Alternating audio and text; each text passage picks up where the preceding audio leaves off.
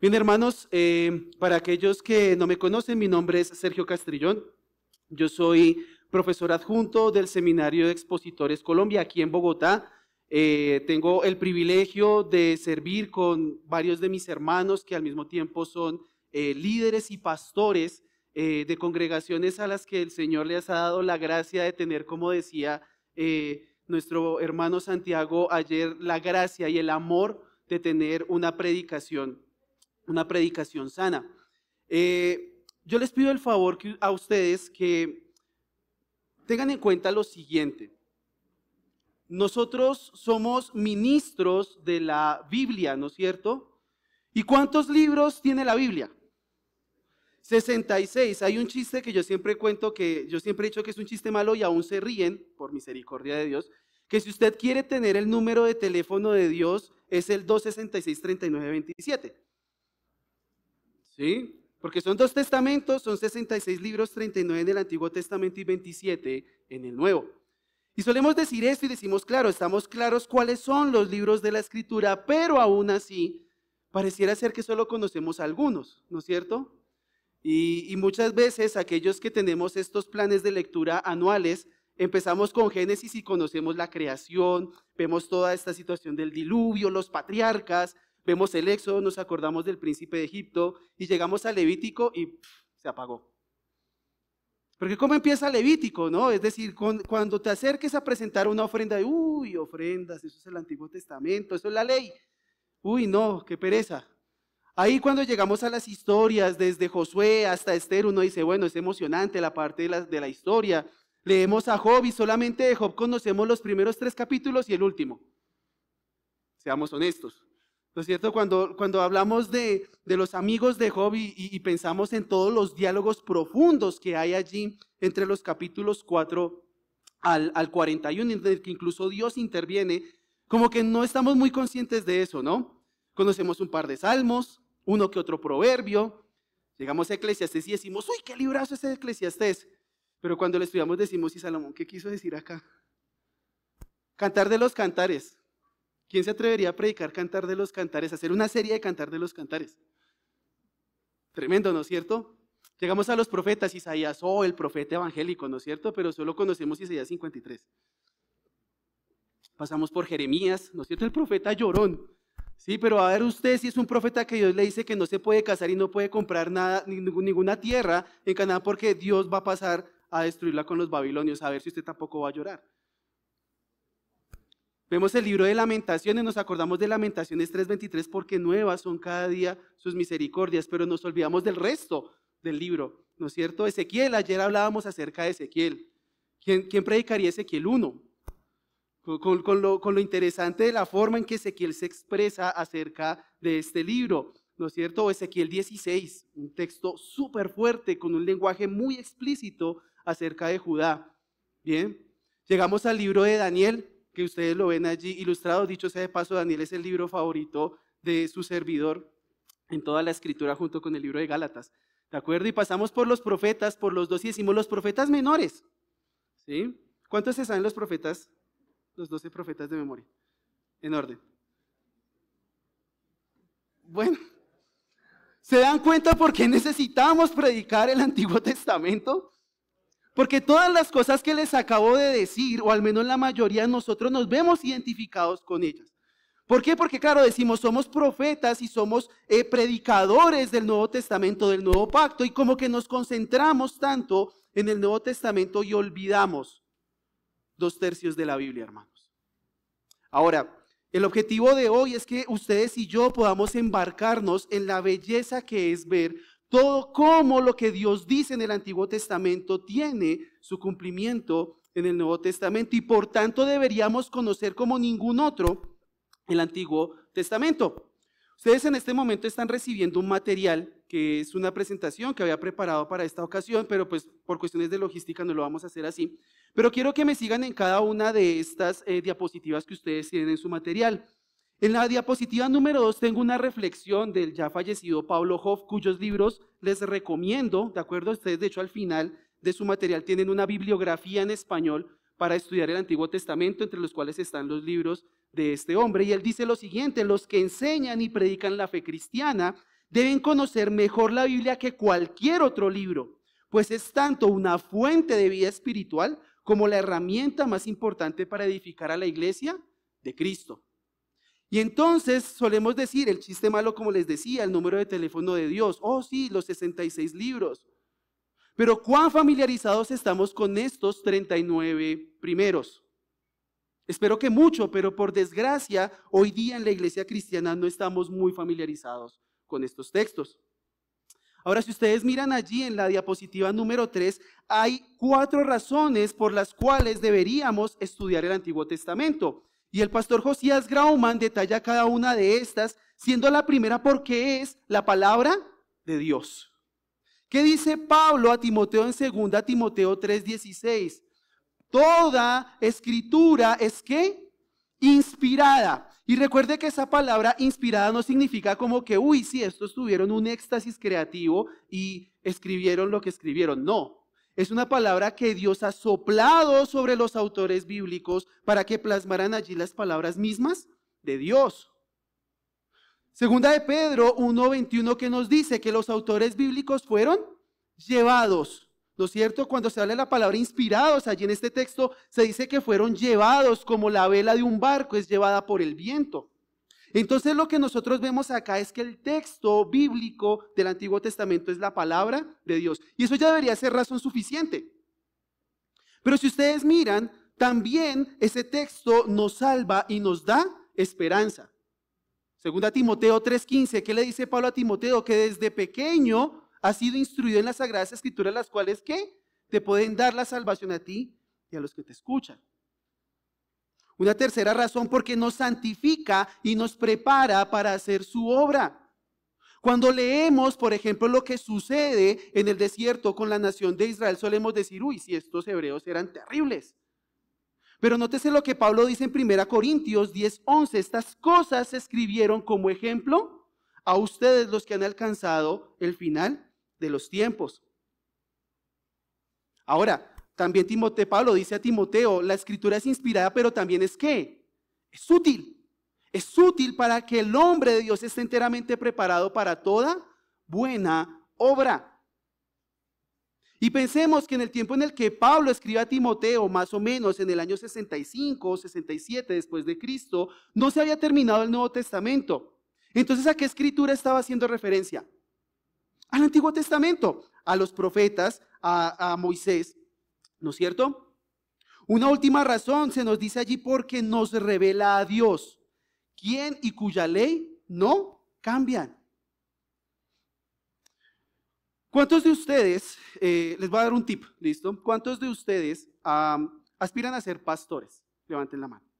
No que ya lo sean, sino que aspiran a serlo. ¿Listo? Bien, varias manos levantadas. Una de las cosas que se exige de los pastores es que conozcan muy bien la teología sistemática, ¿de acuerdo? Es decir, que ustedes les pregunten acerca de un tema específico de la teología sistemática y ustedes puedan ir a varios textos para argumentar acerca de esas doctrinas.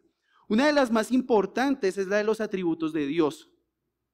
Pues porque usted es un predicador ¿de quién? De Dios, tiene que conocerlo.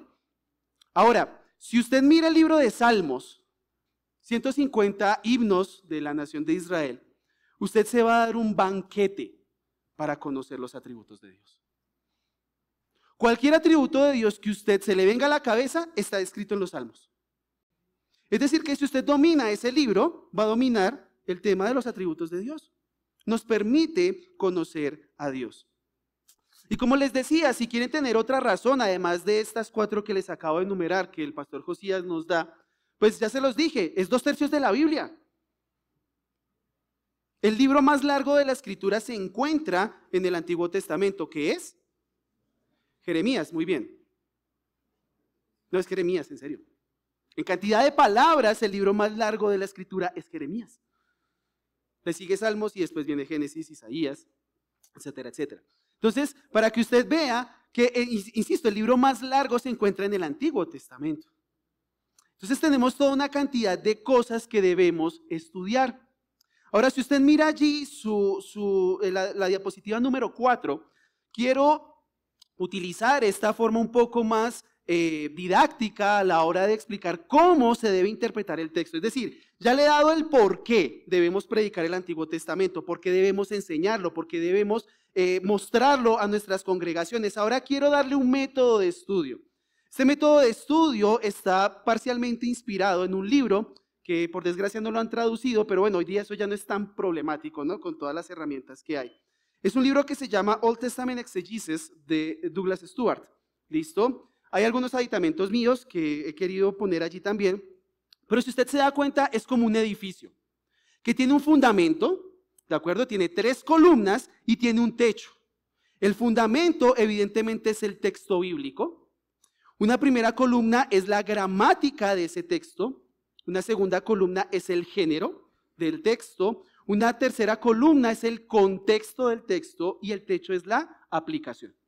¿Listo? Si nosotros seguimos este plano, si se quiere, arquitectónico para interpretar un texto bíblico, creo que vamos a tener éxito, evidentemente, a la hora de explicar nuestros pasajes. Ahora quiero tomar como ejemplo de una vez para que ustedes lo tengan en sus Biblias abiertas, el texto de Daniel 2.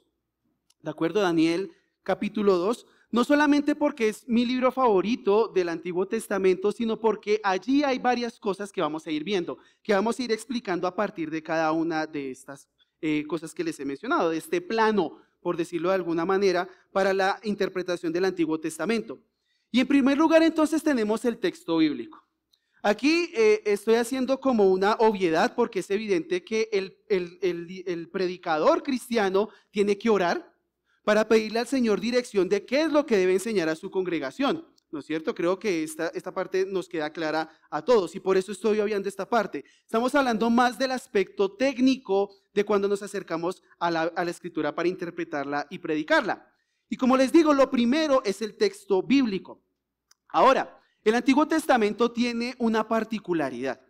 Las porciones suelen ser relativamente largas, que no son las que solemos enseñar. Si pensamos, por ejemplo, en las historias de ciertos personajes, David, Samuel, Moisés, el que sea, cuando nosotros nos acercamos a estos textos nos damos cuenta que es bastante extensas, pueden ser incluso capítulos de 40, 50 versículos.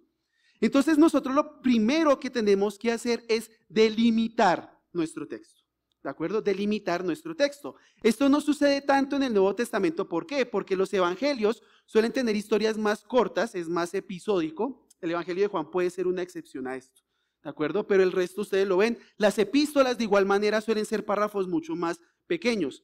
Pero en el Antiguo Testamento tenemos unidades más grandes, entonces tenemos que aprender a delimitar nuestro texto bíblico. Y una primera sugerencia es que usted pueda leer todo el libro en lo posible. Esto es algo que ya ayer el pastor Luis había mencionado, ¿de acuerdo? Que es importante que usted en lo posible pueda leer todo el texto, ¿de acuerdo? Claro, si hablamos, por ejemplo, de que usted va a predicar Jeremías, pues tiene que leer el libro más largo, por ejemplo, o Isaías. Pero es importante que usted conozca en términos generales de qué trata el libro, de qué va el libro. ¿Bien? Porque esto va a tener, de hecho, importancia más adelante. Pero es importante que usted lo pueda hacer ahora. En el caso del libro de Salmos, puede que esto no sea tan necesario. ¿Por qué? Porque algunos salmos, o más bien la mayoría de ellos, están relativamente desvinculados unos de otros.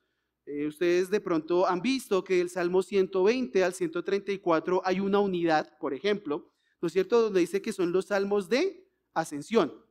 Es decir, los salmos que cantaban los peregrinos cuando subían a Jerusalén. Y todos tratan más o menos de lo mismo. Ahí sería interesante ver de pronto qué unidad puede haber. Lo mismo sucede con el libro de Proverbios, sobre todo desde el capítulo 10, porque los dichos son un poco más aislados. Entonces, tal vez con leer el capítulo entero de ese proverbio, tal vez del que yo quiero enseñar, sea suficiente.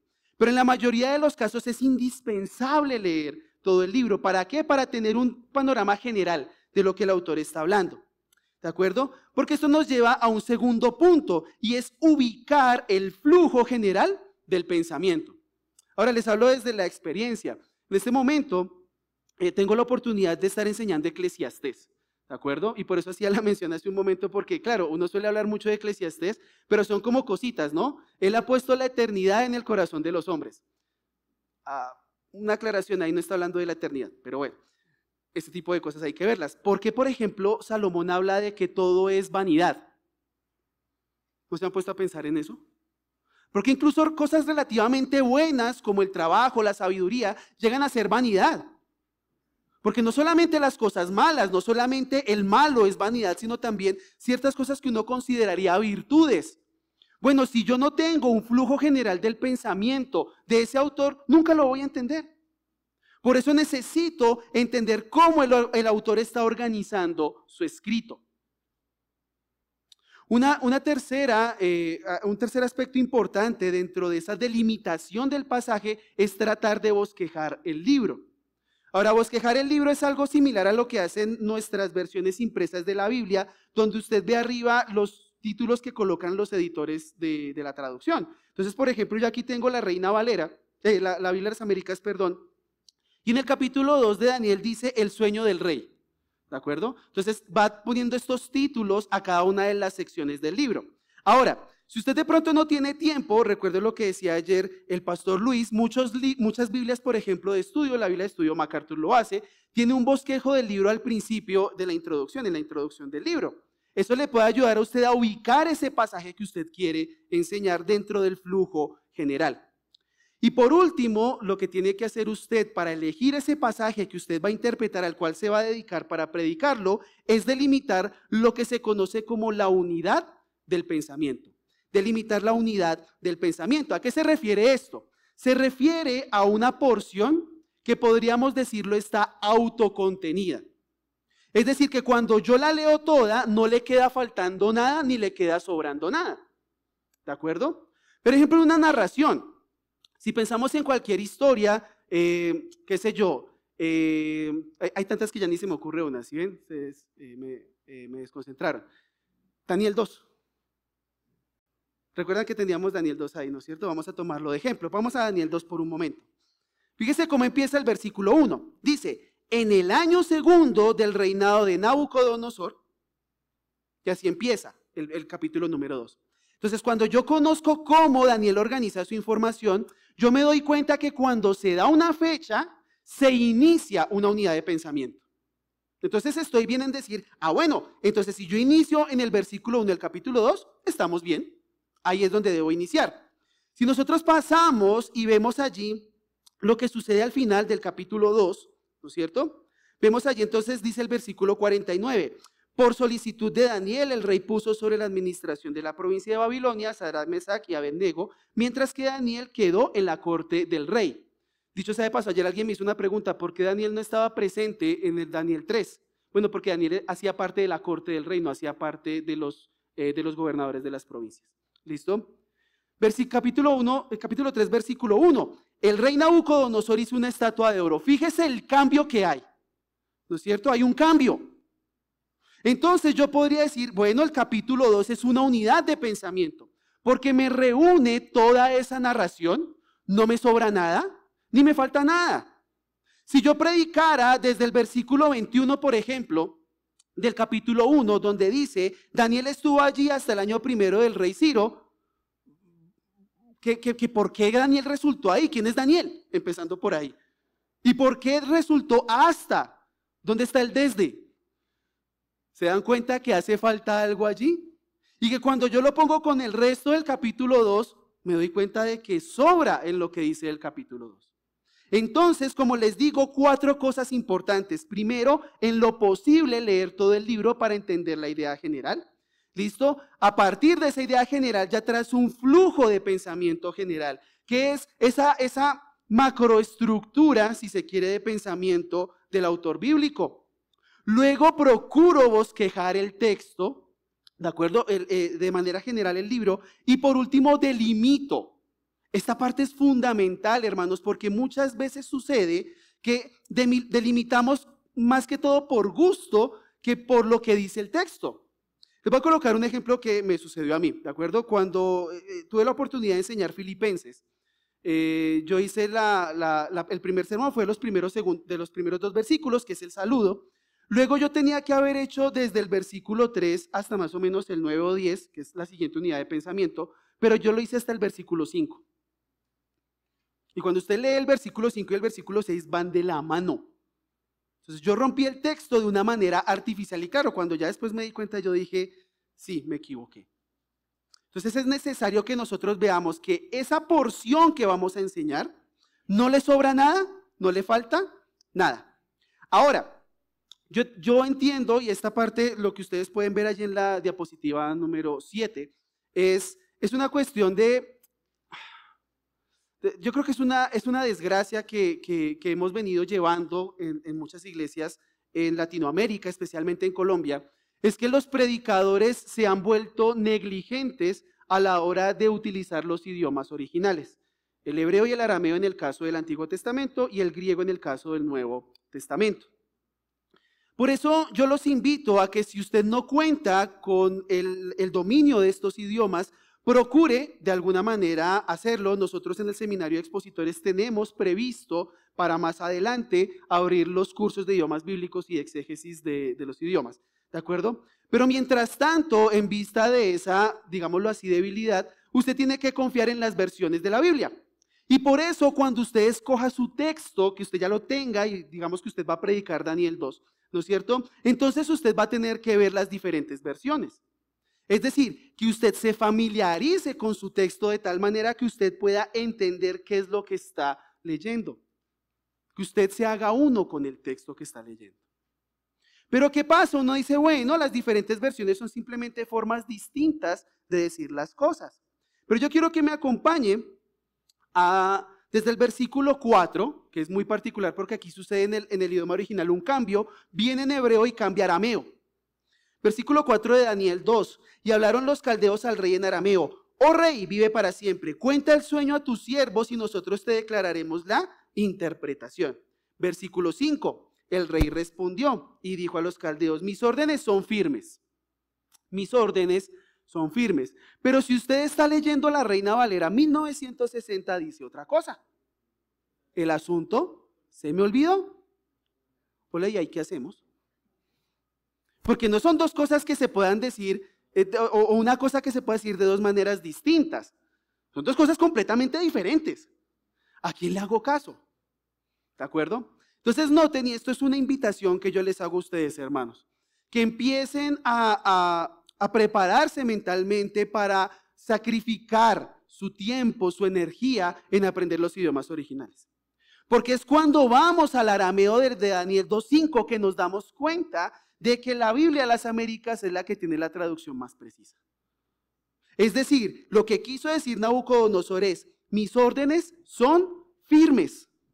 El traductor o el revisor de la Reina Valera 60 pasó por alto o por alguna razón no sabemos qué habrá sucedido, ¿no es cierto? Pero no se hizo cargo de corregir esa parte allí en el arameo. Por eso es necesario que ustedes vean varias versiones de la Biblia en español y si pueden en inglés, maravilloso, mejor todavía. En inglés hay una Biblia que se llama la Net Bible, la New English Translation, ¿de acuerdo? Que es una Biblia que tiene más de 50,000 notas de traducción. ¿De acuerdo? Y ustedes pueden ver las selecciones de por qué ellos eligen X palabra o Y palabra a partir del original. Es una buena forma de empezar a empaparse de esto. Pero entonces, a partir de esa limitación que muchas veces tenemos como predicadores, es necesario que ustedes miren diferentes versiones de la Biblia. ¿Qué versiones de la Biblia yo les recomendaría? Básicamente 3. Reina Valera 1960, Biblia de las Américas, Nueva Biblia de las Américas. ¿Por qué? Porque son las más cercanas a los textos originales porque traducen palabra por palabra, equivalencia formal. ¿De acuerdo? La nueva versión internacional, yo sé que han hecho un esfuerzo enorme por satanizarla y no es tan así, ¿de acuerdo? No hay que creer a todas estas teorías de conspiración. Puede ser una buena elección a veces porque traduce idea por idea, pero de una manera que es bastante fiel al texto. Hay otras versiones como la nueva traducción viviente, la traducción en lenguaje actual, que ya son como más, se alejan más del texto y van más por la idea. Y yo les digo una cosa, como traductor uno interpreta. ¿Por qué? Porque hay cosas que en el idioma original a veces no se pueden traer al idioma de llegada. Para aquellos que saben inglés hablan, por ejemplo, que la palabra estrenar no existe en inglés. Uno no estrena en inglés. Uno viste ropa nueva, pero nosotros sí tenemos estrene. ¿Sí? Ese tipo de cosas, ese tipo de detalles hacen que los traductores tengan que tomar decisiones Y a veces pueden plasmar cosas que son su idea, pero tal vez no están en el texto. Por eso nosotros recomendamos a ustedes, traten de seguir aquellas versiones de la Biblia que se atengan más al texto bíblico. Y por eso les hago la recomendación de estas tres. Tengan mucho cuidado con la Biblia textual, sobre todo en la cuarta edición, porque hace algunas cosas, sobre todo en el Antiguo Testamento, bastante cuestionables. ¿Listo? Tengan mucho cuidado con esta parte allí. Entonces, listo, fíjese en dónde vamos acá. Ya delimitamos nuestro texto, Daniel 2. Ya hemos hecho una comparación, solamente un ejemplo por cuestiones de tiempo, no puedo dar más ejemplos, pero podríamos dar otros. En Daniel 6 hay otro también que es muy bueno. Pero ya sabemos entonces que tenemos que ver varias versiones y tratar de alguna manera de encontrar cuál es el texto que está más cercano a lo que escribió el autor bíblico, en este caso Daniel. Ya tenemos eso, listo, ya tenemos nuestro texto. Ha llegado el tiempo de interpretarlo. O sea, ya tenemos nuestro fundamento. Es necesario colocar las columnas. Y nuestra primera columna es la gramática. ¿De acuerdo? La gramática. Y a alguno yo sé que le pasó un corrientazo por la espalda por el trauma que tuvo en 7º grado. Yo sé.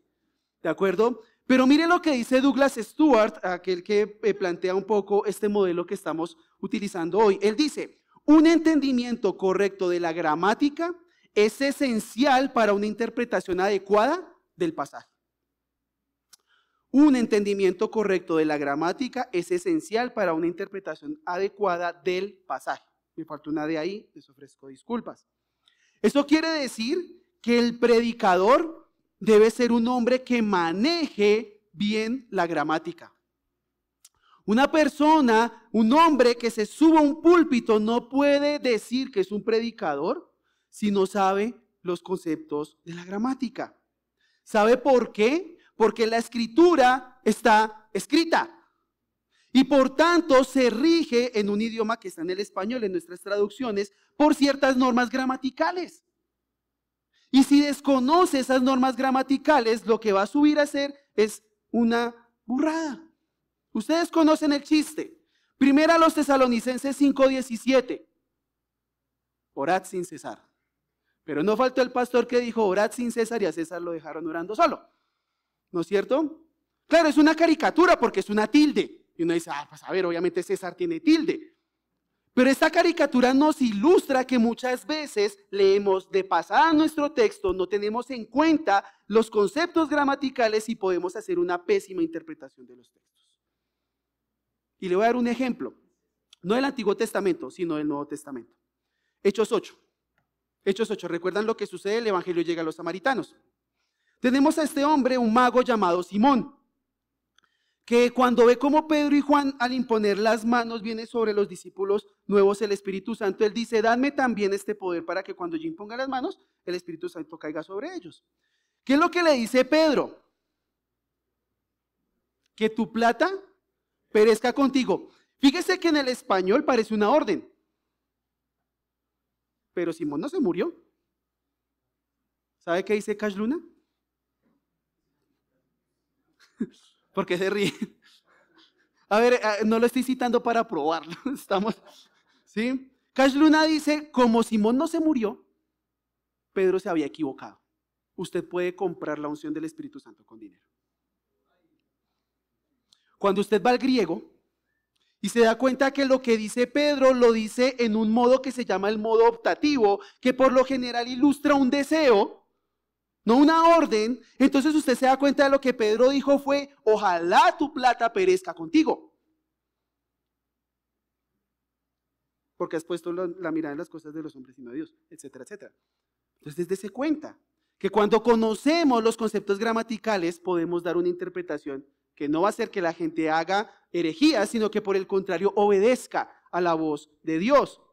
Ahora, 4 cosas que debe conocer el predicador a la hora de tener en cuenta la gramática en general. Primero, la morfología. La morfología es qué forma tienen las palabras. Un sustantivo, ¿está en plural o en singular? ¿De acuerdo? Daniel 3, cuando vemos a los hombres en el horno de fuego, dice Nabucodonosor, y el cuarto tiene el aspecto de ser el hijo, parecido al hijo. En el original, en el arameo, dice el hijo de los dioses, no el hijo de Dios, como dice la Reina Valera 60. Entonces, ¿qué forma tienen las palabras? Un verbo. ¿Está en el presente? ¿Está en el imperfecto? ¿Está en el pluscuamperfecto del subjuntivo? Más de uno quedó como, ¿sí? Trauma de la niñez allí, ¿sí? Pero es necesario conocer estos conceptos, hermano. Segundo, la gramática en sí, la gramática propia, ¿de acuerdo? ¿Qué relación tienen las palabras? ¿Qué función cumplen las palabras? ¿Qué hace un sustantivo? ¿Qué hace un verbo? ¿Cómo se utiliza un adverbio de modo? Eso usted lo tiene que conocer. La sintaxis, ¿cómo se relacionan las palabras entre sí? Esos sustantivos con esos adjetivos, con esos verbos, con esas conjunciones, ¿cómo se relacionan? Y usted me dirá, esto es muy complejo, Sergio. Yo me voy al del Nuevo Testamento, ¿sí? El del Nuevo Testamento le va a decir lo mismo. Esto Julián le va a decir lo mismo, ¿de acuerdo? Pero le voy a colocar un ejemplo que yo sé que usted me va a entender. Si yo llego y lo saludo, hermano, ¿cómo está? Imagínese que Kant, que fue un filósofo alemán, y me voy, ¿cómo queda usted? Déjeme el cuento completo, ¿no es cierto? O sea, hay algo en su mente que no cuadra. ¿Estamos claros con eso? Porque si yo llego y le digo Kant, que fue un filósofo alemán, y me voy, usted dice, faltó algo en esa información.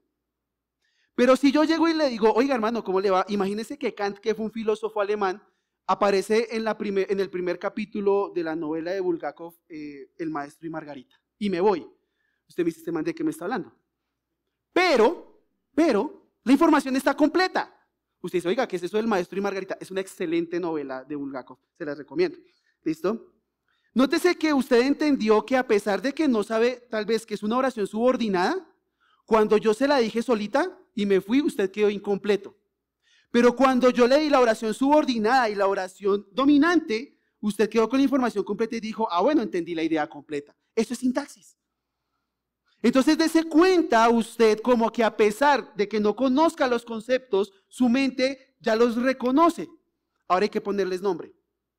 Que es una oración subordinada, que es una oración coordinada. ¿De acuerdo? Todo este tipo de cosas lo ve la sintaxis.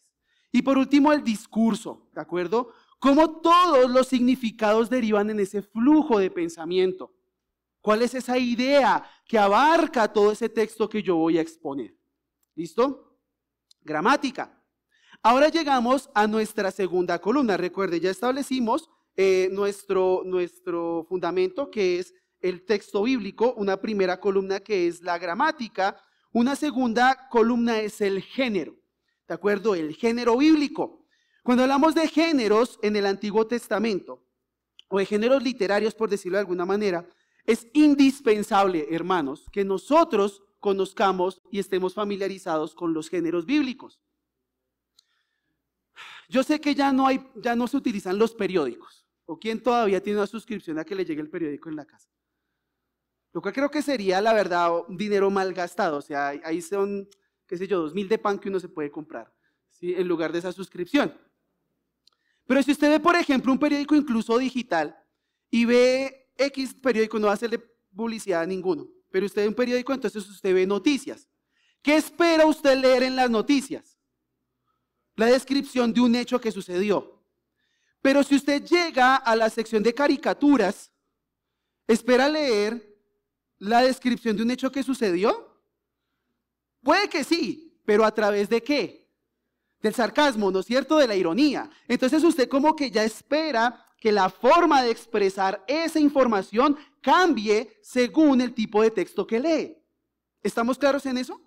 Perfecto. Si estamos claros en eso, hay que entender que el Antiguo Testamento tiene dos géneros literarios principales: la prosa y la poesía.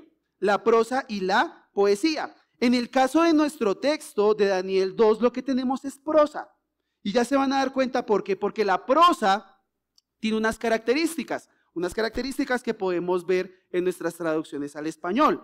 La primera, que usa frases relativamente largas. Y digo relativamente porque el hebreo y el arameo son idiomas que son más bien breves a la hora de expresarse. Pero son oraciones relativamente largas. Fíjese, por ejemplo, en el segundo año del reinado de Nabucodonosor, tuvo sueños y se turbó su espíritu y no podía dormir. Insisto, una frase relativamente larga. Hay dos tipos de discurso prosaico o de prosa, ¿de acuerdo? el narrativo, que es el que tenemos en Daniel 2 porque está narrando una historia, y el no narrativo. ¿Cuál sería un ejemplo de prosa no narrativa en el Antiguo Testamento? Salmo sería poesía. Levítico. Levítico del 1 al 7. Porque a pesar de que está haciendo una narración, no es una narración histórica, es una narración descriptiva. ¿De acuerdo? Porque está describiendo cómo se tienen que hacer los diferentes tipos de ofrendas. Entonces hay dos tipos, histórico o no histórico, narrativo o no narrativo, estos dos tipos de discurso prosaico. Propone una metodología y esto es fundamental, ¿de acuerdo? Esto va a servir mucho también para nuestra tercera columna, el primer plano y el trasfondo. Si usted alguna vez ha visto una obra de teatro, sobre todo de las buenas, no estas que suelen hacer así como un poco extravagantes, usted se dará cuenta, o ha visto ópera. ¿A quién les gusta la ópera? No me deje solo. Sí. Me gustó sobre todo la ópera italiana del siglo XIX, me gusta mucho. Y es interesante ver cómo el escenario atrás, que son simplemente cartones pintados para hacer una representación de un lugar, sirven de contexto para que los actores interpreten sus papeles. Bueno, las narraciones, es decir, toda la prosa funciona de la misma manera. Hay un trasfondo. Ese trasfondo es geográfico, ese trasfondo es cultural, ese trasfondo es histórico. El primer año del reinado de Nabucodonosor. Hay una fecha, ¿no es cierto? Hay un lugar, Babilonia, porque está hablando del rey Nabucodonosor, ¿no es cierto? Y por tanto está hablando de la cultura babilónica. Ahí está el trasfondo. ¿Qué sucede en primer plano? Bueno, todo lo que leemos de allí en adelante. Entonces, propone esa metodología, primer plano, trasfondo. ¿Qué se incluye dentro de este género prosaico? Las narraciones, la ley, la historia, la profecía, oráculos de salvación, juicios y apocalíptica. Ahora, es muy particular que nuestro texto de Daniel 2 es una narración histórica, ¿de acuerdo? Nos muestra qué fue lo que sucedió allí, pero también tiene profecía. Cuando ve esta imagen que sueña Nabucodonosor, ¿no es cierto? Su cabeza de oro, su pecho de plata, las piernas de bronce, los pies de hierro mezclado con barro, junto con las pantorrillas que también son de hierro. Entonces hay que reconocer esas cosas que están expresadas allí. Eso con respecto a la prosa. Ahora vamos con la poesía. Poesía. Usa frases cortas, lo que nosotros llamamos versos. ¿De acuerdo? Son frases cortas, es muy particular que usted lee los proverbios en hebreo y pueden ser perfectamente 7 palabras cuando en español son 12 o 13 o incluso 15, porque es necesario ampliar porque el hebreo, insisto, es mucho más breve. La poesía, y ojo con esto, utiliza muchísimas figuras de dicción. ¿Qué es una figura de dicción? Es una forma de expresarse, ¿de acuerdo? Que utiliza una imagen vívida para expresar una idea. Como el ciervo brama por las aguas. Así, oh Dios mío, clama el alma mía por ti. Es decir, está haciendo una comparación. Así como el ciervo emite un sonido buscando agua, así mi alma clama por ti, oh Dios.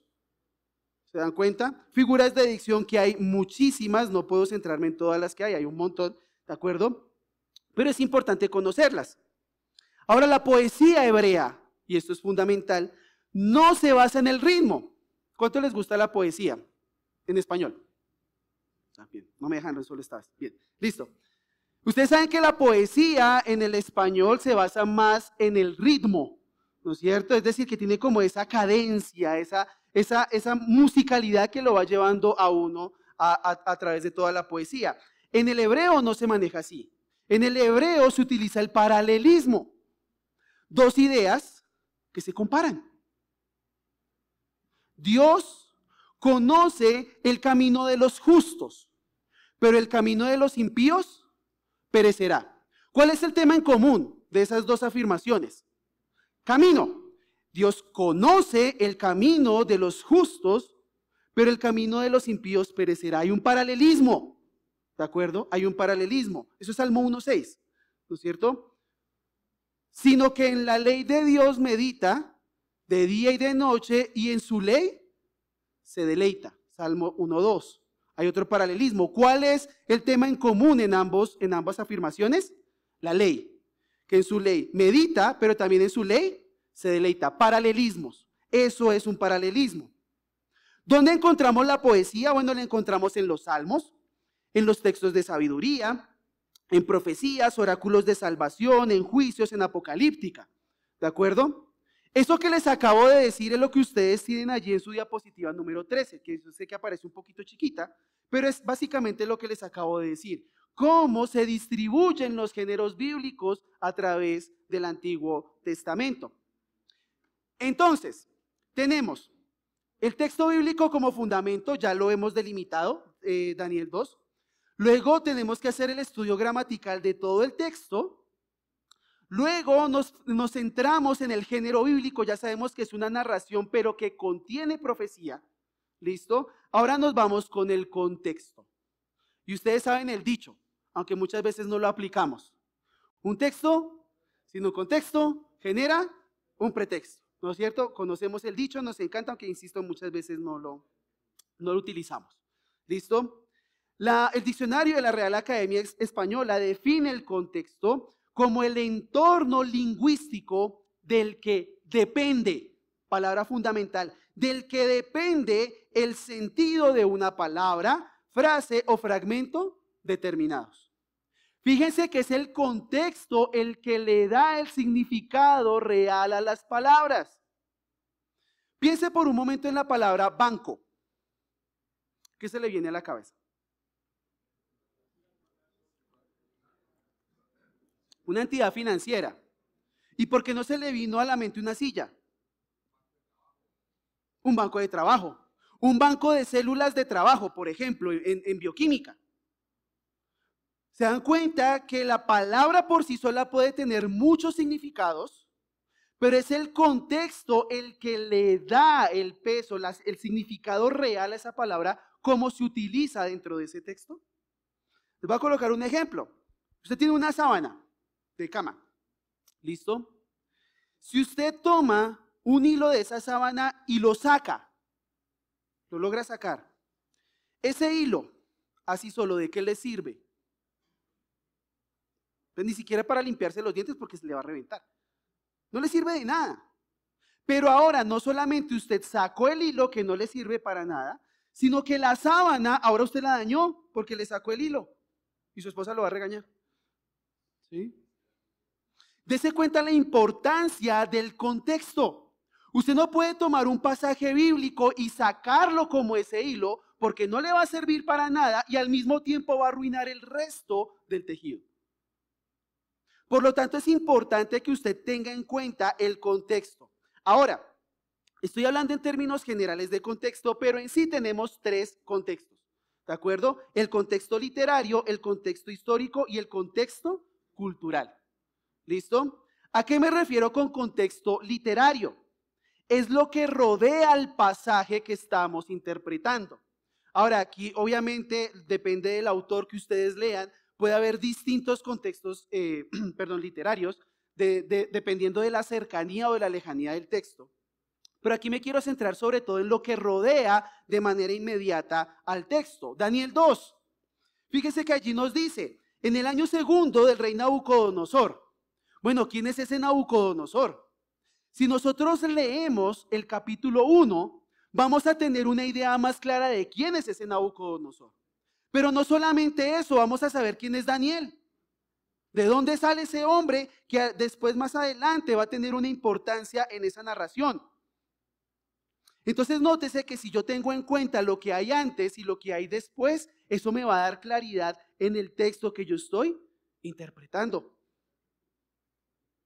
Por lo general, cuando yo hago esa lectura de lo que está antes y de lo que está después, eso me ayuda con el trasfondo. ¿Se acuerdan que les hablé del trasfondo? De esta mecánica del trasfondo, primer plano. Bueno, el contexto literario me ayuda mucho con el trasfondo de mi texto. Muchas veces, aunque esto no sucede siempre, pero muchas veces suele aportar claves interpretativas a mi texto.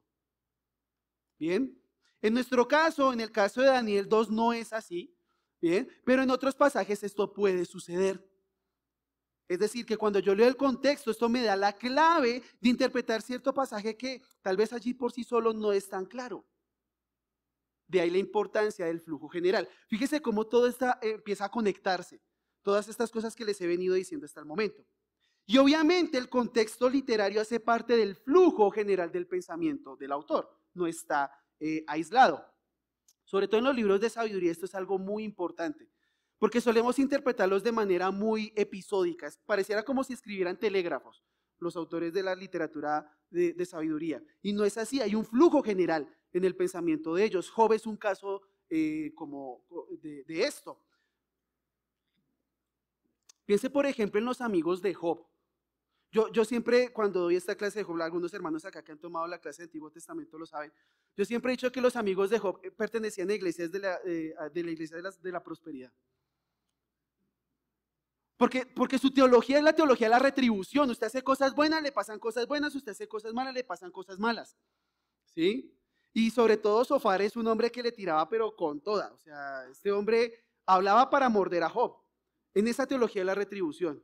Pero si yo lo leo solamente ese pequeño pasaje, no veo sus otras interacciones con Job, tal vez no me va a quedar tan claro eso. La importancia de la teología de la retribución en los amigos de Job. Entonces es importante que nosotros tengamos eso en cuenta. Contexto histórico. Es el momento histórico en el que se desarrolla el pasaje. Y fíjese que allí en el capítulo 2, versículo 1 nos dice, el tercer año de Nabucodonosor. Entonces tendré que ir a apoyarme en otros textos por fuera de la Biblia, comentarios, diccionarios bíblicos para saber, bueno, ¿eso cuándo fue? ¿Qué estaba pasando en ese momento en la nación de Israel? ¿Qué estaba pasando alrededor en el antiguo cercano oriente? Es importante verlo de esa medida. ¿De acuerdo? El contexto histórico nos ayuda a entender idiosincrasias, cosas particulares de ese tiempo. ¿Bien? Nos ayuda a entender por qué ciertas cosas estaban sucediendo específicamente en ese momento. Contexto cultural. Tiene que ver con las costumbres del antiguo cercano oriente, ACO, antiguo cercano oriente. ¿Por qué Nabucodonosor llamó a los magos para interpretar sus sueños? Si, por ejemplo, existen textos en acadio que son manuales para interpretar sueños y que ya existían en el tiempo de Nabucodonosor. Más aún, ¿por qué Nabucodonosor pide no solamente la interpretación, sino el sueño? Nabucodonosor no era un dormido. Mire, Nabucodonosor era externamente un religioso, pero internamente era un ateo práctico. Y cuando usted ve y entiende esto y se da cuenta de que en muchas ocasiones estos magos no eran otra cosa que farsantes, porque eso era lo que eran, Nabucodonosor dijo, no, estos no me la van a hacer. ¿Sí? Porque me dicen cualquier cosa y me endulzan el oído. Por eso les pidió tanto el sueño como la interpretación. Tenían los libros para interpretar sueños y no acudió a ellos, porque él sabía que en eso podía haber falsedad. El contexto cultural nos ayuda a entender muchas veces lo que está sucediendo en el pasaje. Un fundamento, el texto bíblico. Tenemos 3 columnas, la gramática, el género bíblico y el contexto. Ahora vamos a poner el techo, que es la aplicación. ¿Cómo tendemos un puente entre lo que dijo Daniel aquí en el capítulo 2 y nuestra audiencia moderna? Bueno, lo primero que tenemos que ver es la teología del pasaje. Cuando yo leo el texto y le he prestado atención a todas estas cosas, ¿qué es lo que me está diciendo el texto? ¿Cómo me está golpeando a mí el texto? Y yo creo, si ustedes me lo preguntan a mí, que la teología del texto, ese punto cúlmine de este pasaje está en Daniel 2:20 al 23. Daniel dijo, sea el nombre de Dios bendito por los siglos de los siglos, porque la sabiduría y el poder son de Él. Él es quien cambia los tiempos y las edades, la soberanía de Dios. Ahí está la teología del pasaje. Y aunque muchas de estas cosas no las vivimos nosotros, ni las viviremos nosotros como iglesia, sí nos enseña un principio fundamental. Dios es soberano. Es el principio atemporal del pasaje, ¿no es cierto? Pero para poder comunicar esto es necesario tener en cuenta la audiencia moderna. ¿Cómo yo puedo entonces hablar acerca de la soberanía de Dios a mi congregación que está en Colombia o en Costa Rica o en Ecuador en el siglo XXI, en el año 2025? Bueno, ahí es donde el predicador tiene que conocer a su congregación, tiene que conocer las necesidades del contexto de su congregación y apuntar a eso. Hablando precisamente de la soberanía de Dios. Cada vez, si uno se pone a verlo, los gobernantes son más pecadores. ¿Sí o no? Y abiertamente lo son. ¿Sabe qué pasa? Que Dios sigue siendo soberano. Y que el creyente puede descansar en que Dios sigue siendo soberano. Y no solamente eso, se va a poner peor. Bendito Dios, no vamos a estar presentes para eso, pero se va a poner peor. ¿Y sabe qué? Dios sigue siendo soberano. Martín Lutero solía decir, el diablo es el diablo de Dios.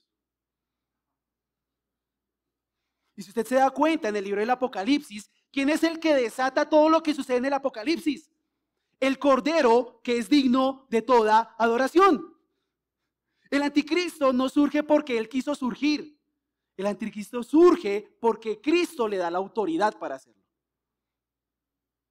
Y Cristo mismo lo lanza al lago de fuego. Dios es soberano.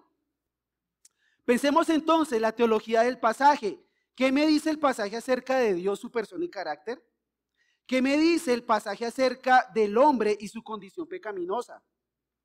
¿Cómo el pasaje apunta a Cristo? Este pasaje es súper claro. La roca que no es cortada con mano, que llega a los pies de la estatua, desmenuza esa estatua y esa piedra crece hasta ser un monte que llena toda la tierra. ¿Que se interpreta con qué? Con el reino de Dios. Que evidentemente en la teología bíblica se refiere al reino del Mesías.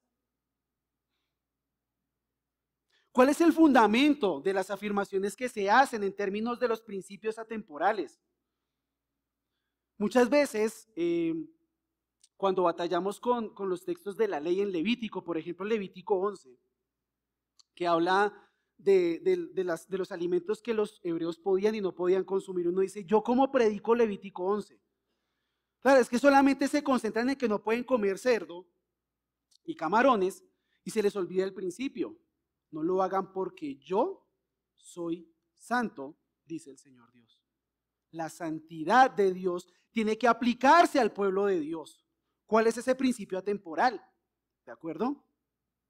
¿Cómo conocemos a nuestra audiencia? Bueno, puede que usted lo inviten a predicar a otra iglesia y no conozca esa audiencia. ¿Cómo va a ser entonces? Bueno, hay un principio que yo sé que usted conoce. Y es que usted está predicando a personas que están de este lado de la cruz. Es decir, que hacen parte del nuevo pacto. Y por tanto, usted no puede tomar este texto del Antiguo Testamento y aplicarlo y predicarlo como si estuviera hablando a hebreos. Usted tiene que entender que según Hebreos 8:13, el pacto mosaico ya quedó abrogado y que ahora vivimos bajo el nuevo pacto. Por tanto, las restricciones que pudiera haber en el antiguo pacto ya no aplican a los cristianos. Pero los principios continúan. Recuerden, no la restricción, pero sí el principio. Usted puede comer cerdo con toda confianza. Pero, coma cerdo, pero sea santo. Porque ese es el fundamento de esa orden. No olvide eso. No olvide usted que siempre tiene que buscar ese principio atemporal, predicando a personas que están bajo el nuevo pacto, no bajo el antiguo. Como conclusión, quería dejar un tiempo para preguntas, pero me emocioné. Les ofrezco disculpas. ¿Por qué predicar el Antiguo Testamento? Nótese. Primero, porque es la palabra de Dios, ya lo hemos dicho. Porque el Antiguo Testamento es inspirado y útil, también ya lo dijimos al principio. Pero nótese esto, porque es el fundamento de la obra de Cristo. Cristo, todo lo que hizo en la cruz del Calvario, su resurrección, tiene su fundamento en el Antiguo Testamento. Lucas 24, 25 al 27, dice lo siguiente. Nótese lo que dice allí Lucas 24 del 25 al 27. Entonces Jesús les dijo: oh insensatos y tardos de corazón, para creer todo lo que ¿quiénes? Los profetas han dicho. ¿No era necesario que el Cristo padeciera todas estas cosas y entrara en su gloria? Y comenzando por Moisés y continuando por todos los profetas, les explicó lo referente a él en todas las escrituras. Y ese pasaje 27 nos lleva a algo muy importante. No procure meter a Cristo con calzador en cada texto del Antiguo Testamento. No es necesario. Ahora, si su pregunta es, ¿cómo nosotros predicamos a Cristo desde cualquier pasaje del Antiguo Testamento? Esa es una tarea que le queda al pastor Luis Contreras hoy en uno de sus talleres, así que yo estoy tranquilo. Él tiene esa tarea.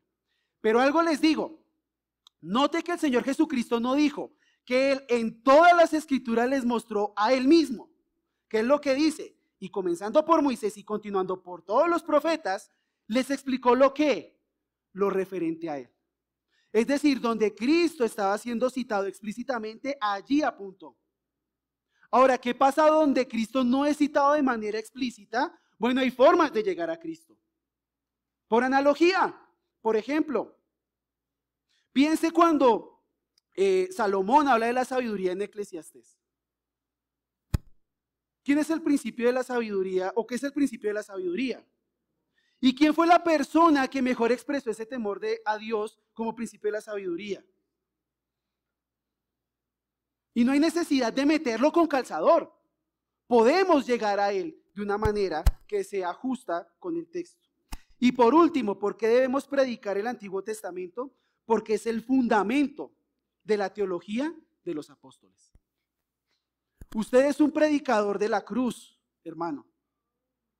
Pero esa cruz tiene su fundamento en el Antiguo Testamento. Por tanto, hermano, no lo ignore, por el contrario, ame el Antiguo Testamento. Yo siempre he dicho que si usted necesita saber cómo orar, tiene 151 oraciones con Habacuc 3, además de los salmos, para aprender a orar. Si usted necesita conocer a Dios, ya lo hemos dicho, lea el libro de Salmos. ¿Necesita sabiduría? Tiene 3 libros deliciosos para adquirir la sabiduría de Dios. Hermano, ame el Antiguo Testamento. Vamos a orar. Señor, gracias por este tiempo.